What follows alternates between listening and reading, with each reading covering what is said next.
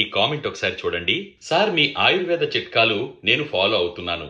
కఫం సమస్య తగ్గింది.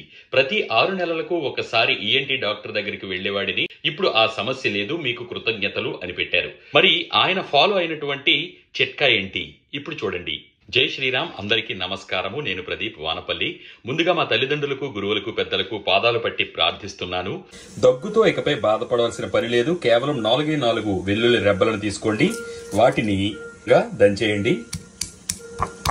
ఒక గ్లాసు నీళ్లు వేసి బాగా మరిగిన తర్వాత దంచిన వెల్లుల్లి 4 కూడా ఇందులో వేయండి. 5 నిమిషాలు మరిగినటువంటి ఈ నీటిని, ఈ వెల్లుల్లి నీరు చల్లారిన తర్వాత గొంతులో వేసుకుని బాగా గాగ్లింగ్ చేయండి. అంటే మనం గొంతు మధ్యలో ఉన్నటువంటి కఫం అంతా పోయేలాగా గాగ్లింగ్ చేయండి. తర్వాత ఆ నీటిని ఉమ్మివేయండి. కొంచెం నోట్లోకి వెళ్ళినా పర్వాలేదు. అప్పుడు దగ్గు ఆశ్చర్యకరంగా తగ్గుతుంది. మా గురువుల ఆశీర్వాదంతో తెలియజేసినటువంటి ఈ చిట్కాని అందరికీ షేర్ చేయండి. దగ్గు సమస్యతో బాధపడేవారు అతి సులువుగా తగ్గించుకోవచ్చు. మరిన్ని విలువైన సులువైన వీడియోల కోసం ఫేస్బుక్, యూట్యూబ్, ఇన్స్టాగ్రాముల్లో డాక్టర్ ప్రదీప్ వానపల్లి పేజ్ ని ఫాలో అవుతూ ఉండండి.